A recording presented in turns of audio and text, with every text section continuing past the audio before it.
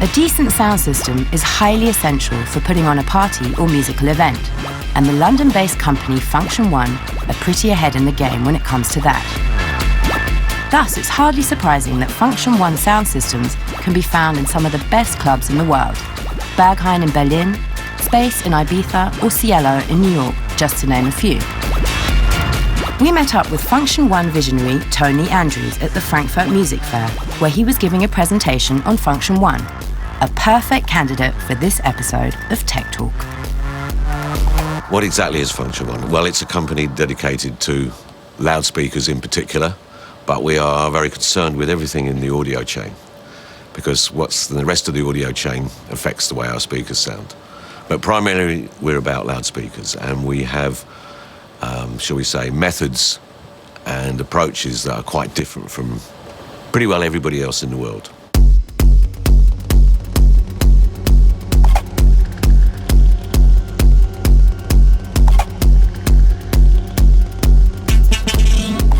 What is the main difference? I would say in the high-mid frequencies, it's smoother. It can be loud and strong and lots of impact, but very low distortion. All the other devices use a metallic compression driver, so the thing that is making the sound is actually made out of metal, and we make that frequency band with cone loudspeakers, in other words, paper. And paper's a much more organic, more friendly material. And the speed of sound in the material is closer to what it is in air. So the transition from the diaphragm to the air is a lot smoother. I mean, everybody knows what a dustbin sounds like, a metallic one or an oil drum. It's not a great sound. Whereas organic things, I mean, there are steel guitars, but most of the classical instruments tend to be made out of wood. It's something we like, and paper is only one step removed from wood, really. Something for your mind.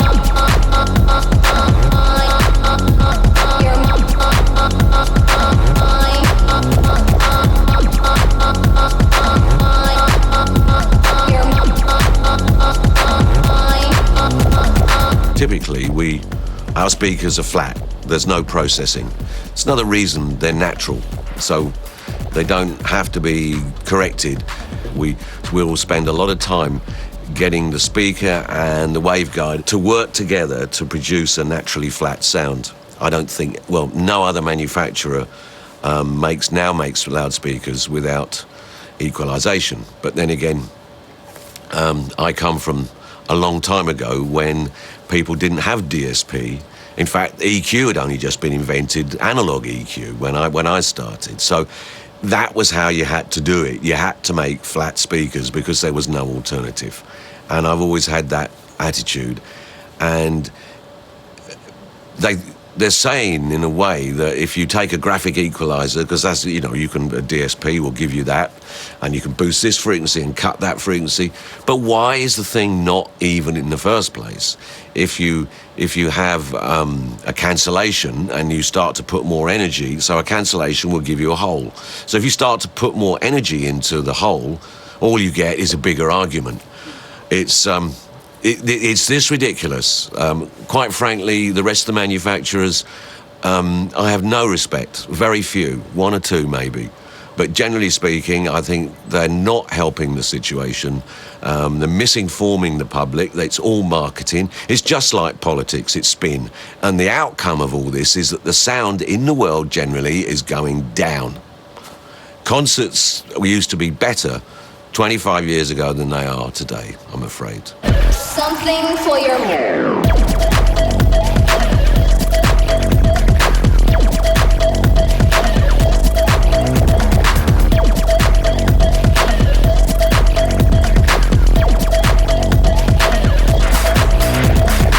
Another important thing is that it's very efficient.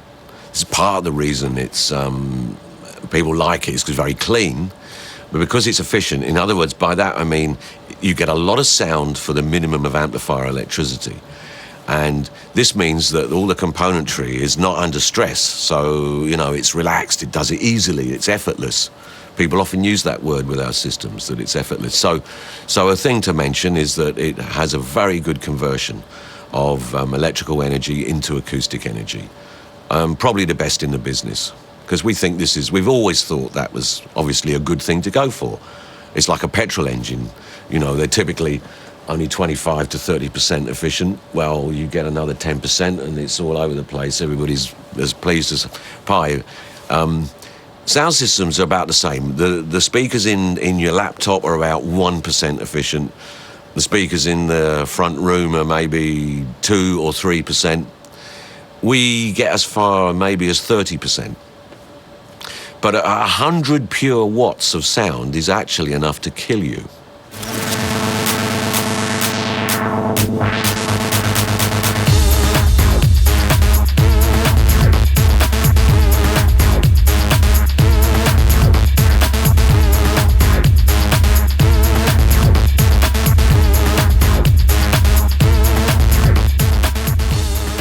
A thing that concerns me greatly is the decline in audio standards generally. The digital world has not brought better sound. That is complete and utter rubbish. It's actually made it worse. We are now stuck with this dreadful MP3, which most of the DJs use. It's not real sound. It's if you like, it's a toy. It's not professional. I can't believe everybody uses it. A lot of the sound systems out there today are so bad that you can't even tell the difference, but you can on ours. So we always try to talk to the club owners and say, look, tell the DJs to use WAV files, minimum CD quality. To be honest, that's not necessarily good enough for the scope of human perception. In other words, anything less than what we are capable of perceiving is an insult, actually. And MP3s are a very big insult, I would say. So in terms of digital, if you want to talk numbers, the minimum we need, I would say, would be 24-bit depth and 96 kilohertz. Now, a WAV, a CD is 16-bit, 44.1. So although it's just about acceptable, it's still not, doesn't address what the human audio system, the perception, is capable of discerning.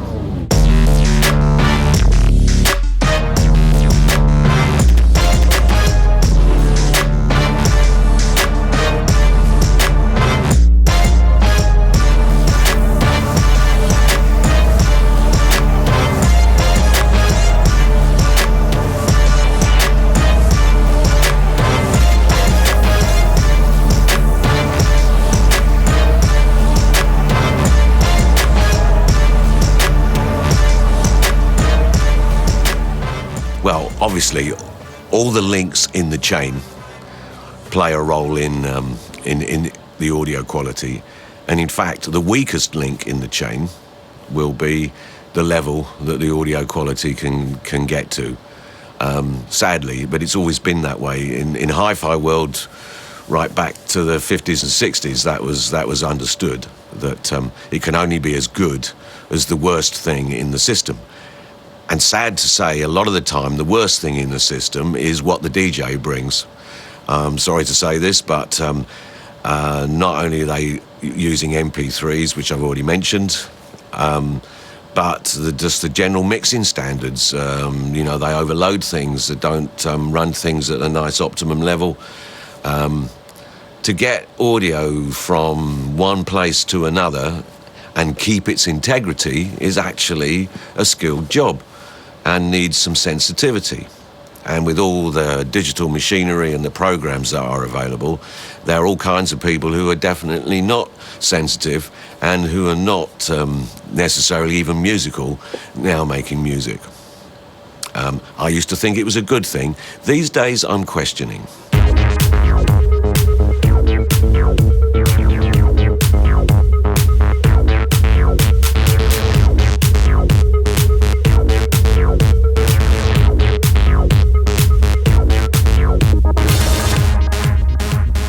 It would be lovely if life was completely simple, and if you have a Function One sound system, then everything's going to be perfect. But actually, it's not that simple, because there are other factors. We've already been mentioning the source material and the chain of, shall we say, the mixer, the amplifier, and so the chain goes the DJ, the mixer, the crossover, the amplifiers, the loudspeakers. So that's the order of the chain, and there are very few good DJ mixers in the world.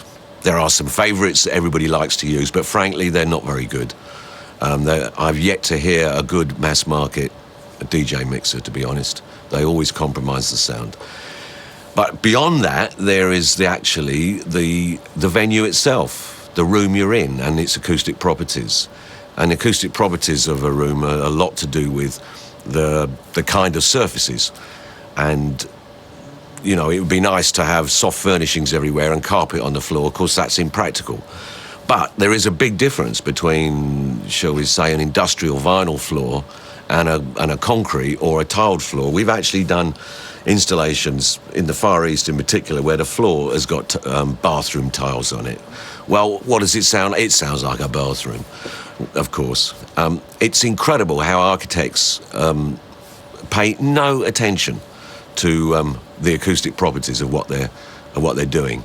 And I mean, just if there are any architects happen to see this, I would like to point out that the human audio system can discern information down to 15 to 20 millionths of a second, which is 2,000 times more refined than the visual sense, which only needs 30 frames per second to believe there's a continuum.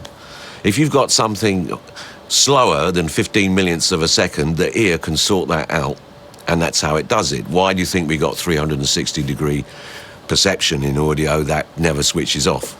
So if you find yourself being tired and irritable, consider the environment you're in. If you're one of these modern wine bars that actually sound like a large bathroom, quite a lot of them, then if you've been in there for a few hours, your brain is constantly trying to unscramble all the information.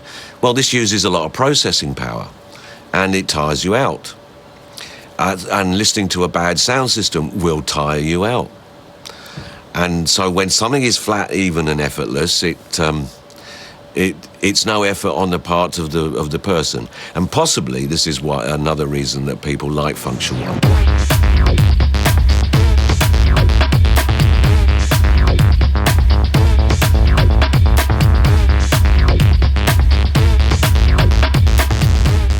If a speaker is good, then you can put any kind of music through it.